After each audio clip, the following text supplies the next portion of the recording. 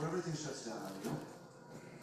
know a lot of people talk about, the Marine Corps and how is the Marine Corps really all that badass?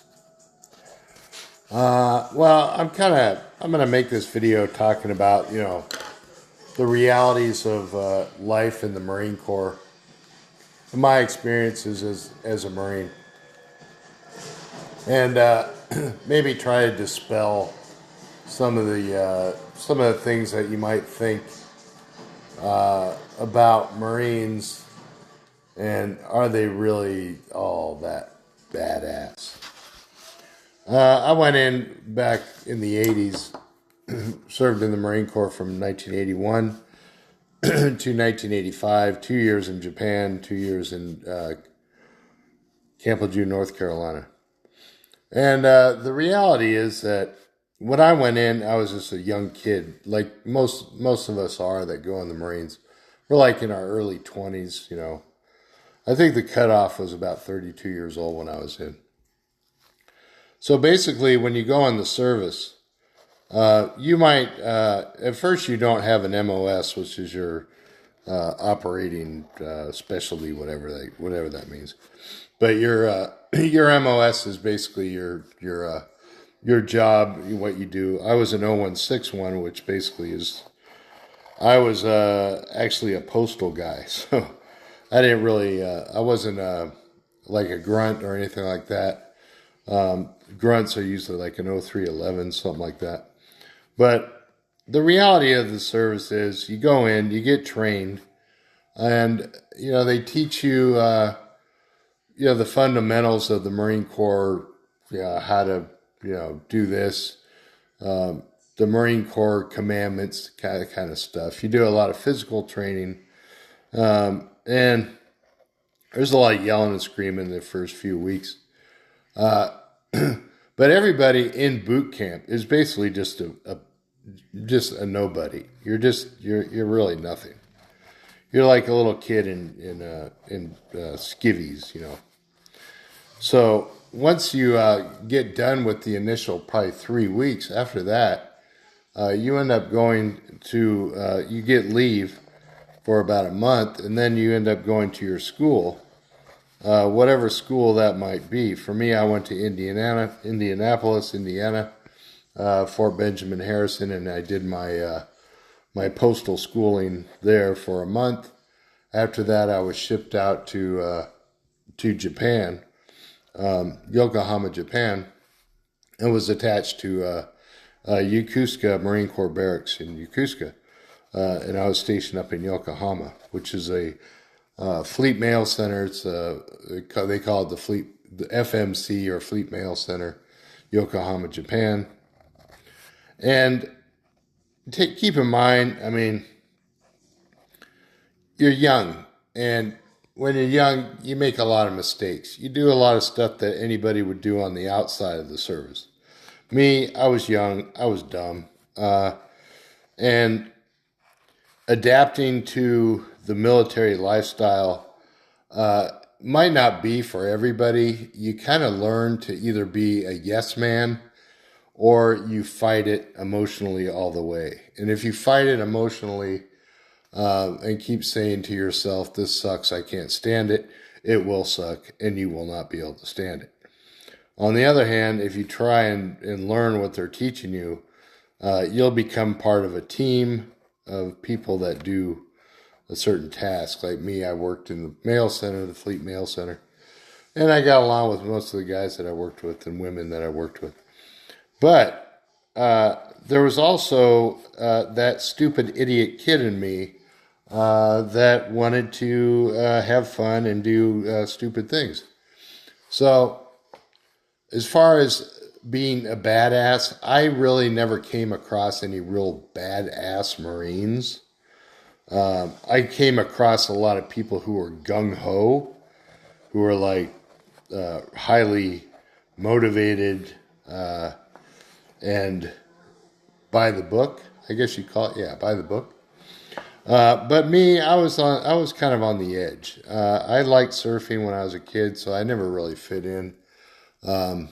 In my mind, I never really fit in. I mean, I completed my service. I got my honorable, and I got out. But basically, I got in trouble in Japan for having a female in my barracks room, and she was in the Navy, and she basically snuck in my room, and everybody knows what happens there. And then basically I got caught, and I got sent for a thing called office hours. And the office hours is basically you getting busted, called non-judicial punishment. I ended up losing a rank, which I think I was, what was I? I think I was I think I was a PFC, private first class. So I got dumped down to private.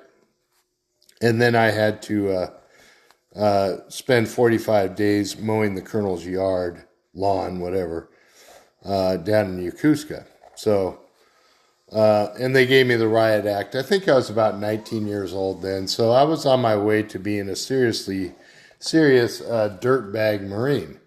And that's basically what they call you, was a dirtbag, you know. Or they'd say call you, Diddy Bop and all that stuff. But I managed to come unscathed, relatively unscathed out of that. I did manage to finish up my time in Japan. Parted ways with the girl that I was seeing there, but I did lose a rank, so I lost money on that. And eventually, I got my rank back, got a couple of ranks back, and I served out the remaining time in North Carolina. But I saw a lot of stuff that would be pretty indicative of young people basically learning to live and making mistakes. We had somebody that didn't want to be in the service and said, "Screw this, I don't want to be here." And he would leave, and they would bring him back a month later. He would go home. They'd bring him back. He'd go back to his unit. He'd do his job, and then he'd go back, and then a month later he'd be gone again. And they bring him back, and they started throwing him in the brig. They call it, the jail is the brig. And he'd spend a little time there, and then he'd come back out to the unit, and next thing you know, he's gone again. So that's one of the ways that you would get a thing called a BCD, which is a bad conduct discharge, and then you get ousted out of the service. And the bad thing about that is basically, like, this society kind of puts heavy, they're pretty stringent on, reputation. I never really cared about that because I always kind of floated my own boat, so I didn't really care what people thought of me. I usually just wanted to surf anyway. And just kind of, live my life, be like a free spirit. But if you go in the service, you will find that there are people that are really hardcore Marines, like, I just call it gung-ho. I wouldn't really call them, like, badass. I never came across anybody like Rambo. Excuse my French. I never came across anybody like Rambo or, Jean-Claude Van Damme or, these guys that just, go through and pummel people. I'm sure, and I never did see combat. So I'm sure there are people that get awarded like Purple Hearts for doing stuff in the field, like in battle, that they actually sustained some serious injuries, and so those are the people that I would consider badass. But I don't think in any shape or form it's anything like you would see in the movies. The Marine Corps is very regulated. It doesn't really put up with a lot of nonsense. Sure, they have people that get a lot of tattoos, and that whole thing where, that's just because well, most of us, the ones that did get tattoos, it's because we were young, and we go out and drink beer and get drunk and then go to the tattoo parlor. So those are some of the things. Those are one of the things that a lot of Marines like to do. They love to get tattoos and stuff, and they like to drink. And I was one of those guys. But as far as being like a badass, I never really saw that kind of behavior. Maybe in boot camp with the DIs were pretty in your face, but even that, it was, to me, I just was laughing because I thought it was hysterical. It was like watching a movie of these guys just running around screaming. And even when they were like 2 inches from my face, sometimes I couldn't help but just start laughing because it just looked so ridiculous. I understood that, it was part of the training. But then at the same time, I grew up in a household where there was a lot of yelling and screaming. So it didn't faze me. I was like, yeah, whatever. Let me just get through this. And then the training part, as far as the physical training, is a bit difficult. Mostly because you're going to spend time where they're going to kick a lot of dirt in your face, doing things called bends and thrusts. I think they call it something else now. I don't know, but and then the PFT, basically you have to do what is it? I'm not sure how many pull-ups you had to do, but I think the max was like 20 for if you got 20 pull-ups, then that was like a 300 PFT was 20 pull-ups, 80 sit-ups, and 80 sit-ups. And then I forgot about the push-ups, how many push-ups you had to do. And there was a run, I think a 3, the highest score would be if you got it 18 minutes or under, something like that. So, I mean, that's the basics of the service as far as of the Marine Corps, as far as the training and all that stuff. As far as the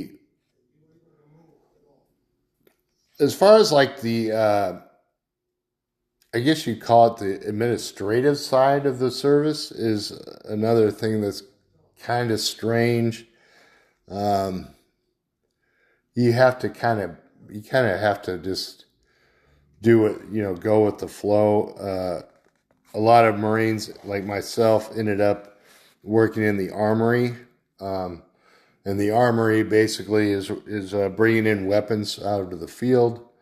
So we would have to have the weapons turned into us, and then we check to make sure they're cleaned.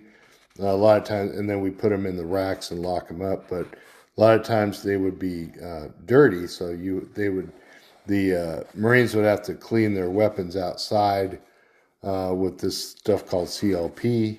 It's like a lubricant, and then you would just clean it and disassemble it and clean it, and then return it back to the armory. And then we would check to make sure it was clean and put back in the proper the proper way. So there are ways that you can get in trouble and not even be aware you're getting in trouble. For instance, I got me and probably 4 or 5 other armory workers when I had armory duty. There was a weapon lost in the field, and we all got rode up because nobody said anything about the lost weapon. Eventually, it was accounted for. That's another term they use a lot. Is everything accounted for? So as far as and then you have also other Marines that work in like the mess hall. Mess hall is basically you wake up, you have to go into the mess hall and basically either be working as a cook or working the line or whatever, and then you would serve hoagies or whatever it is, whatever, like a regular restaurant. It's just on base.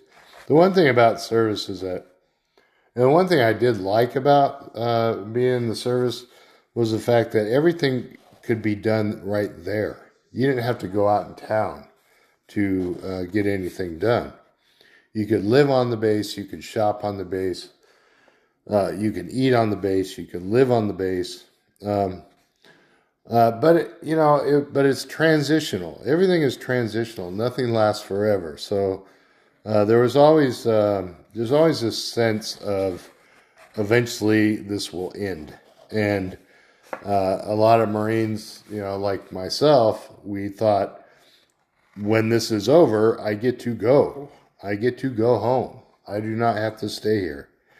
And eventually that happens. You get discharged, and then you get your paperwork, and it's like, see you later, and you're out the gate, and that's the last you'll ever hopefully set foot in that gate.